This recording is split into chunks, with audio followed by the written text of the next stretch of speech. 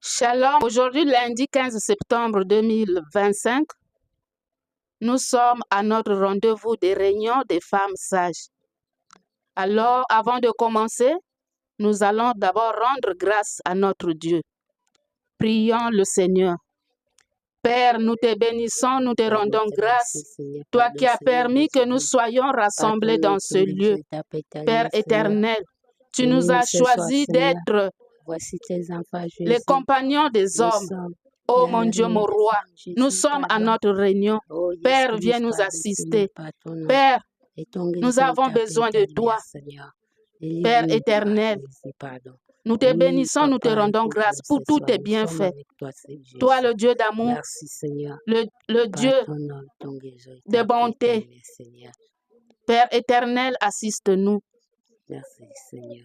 Père, donne-nous la sagesse. Protège-nous contre tout plan et ruse de l'ennemi. Que toi seul, Seigneur, viens, sommes rien. Père, viens, viens, viens au nom puissant de Jésus-Christ de Nazareth. Dispose le cœur de mes sœurs afin que ta parole soit enracinée dans les tables de leur cœur. Père éternel, que ta parole soit leur lumière, que ta parole les conduise dans leur vie, dans le nom puissant de Jésus-Christ de Nazareth, que nous avons ainsi prié. Amen. Amen.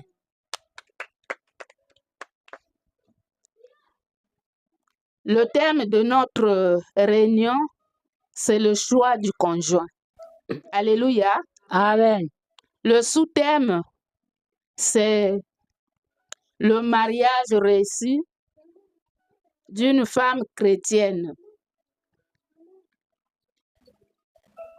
Nous allons définir le mariage. Qu'est-ce que le mariage? Le mariage, c'est l'union d'un homme et d'une femme pour devenir une seule chair. Alléluia. Amen. Il est primordial que le couple soit l'inspiration du Saint-Esprit. Parce que nous voyons de nos jours, beaucoup de couples sont divisés à cause du mauvais choix, soit du mari ou de la femme. Amen. Amen. Alors, le mariage, c'est une institution divine. Le mariage, c'est une institution divine qui permet à l'homme et à la femme de devenir une seule personne. Quand un homme et une femme s'accouplent, il devient une seule personne. Et ce qui veut dire que si l'homme que tu as choisi, il a de la malchance, automatiquement, la malchance de l'homme, ça te contamine. Alléluia. Amen. Si l'homme ou la femme a des malédictions, et ces malédictions-là aussi sera pour toi, parce que vous devenez une seule personne. C'est pour cela l'impudicité, c'est un péché devant notre Seigneur Jésus-Christ. Amen. Amen. Alors, le mariage, c'est une alliance. C'est un engagement que tu vas faire devant Dieu. Une alliance, c'est-à-dire, tu fais un accord avec ton homme. Quand tu es marié, tu es lié. Tu es lié. Alléluia. Amen. Le mariage, c'est une décision que tu vas prendre. Une décision. Le mariage, ce n'est pas un commandement. Alléluia. Amen. Ce n'est pas un commandement. C'est toi qui choisis. C'est toi qui acceptes. On ne va pas t'obliger. Ce n'est pas une obligation. Amen. Amen. Ce n'est pas un devoir. Le mariage n'est pas une loi. Non. C'est toi qui décides. C'est toi qui veux te marier. Alléluia. Amen. Le mariage ne peut pas se faire dans le secret.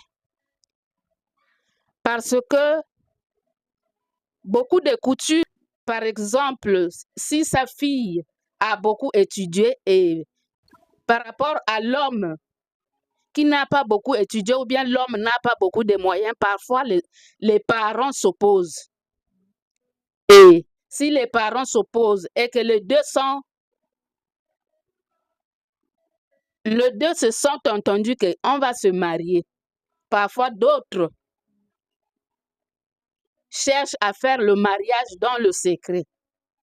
Et cela n'est pas de Dieu. Alléluia. Amen. Le mariage doit se faire aux yeux de tout le monde. Parce que c'est les bénédictions que tes parents vont te donner. Quand tu te maries devant tes parents, papa et maman, et il y a 4 familles. Alléluia. Amen. Les parents vont vous donner des bénédictions.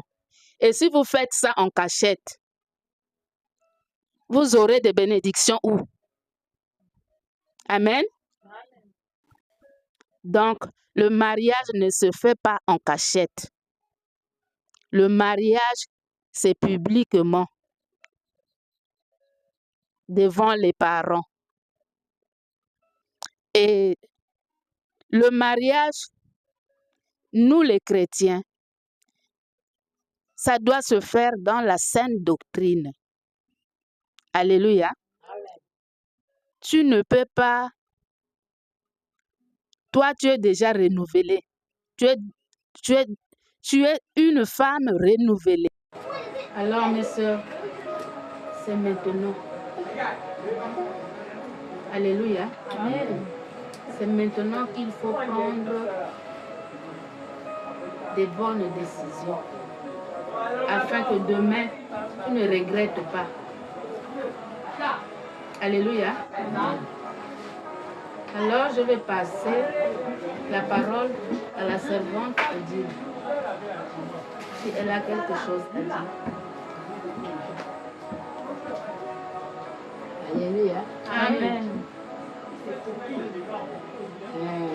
Vous avez écouté ce que le vient de nous parler là. On a les oreilles, on a les yeux, on a le cœur, on a la tête. Toutes choses sont faites pour bien.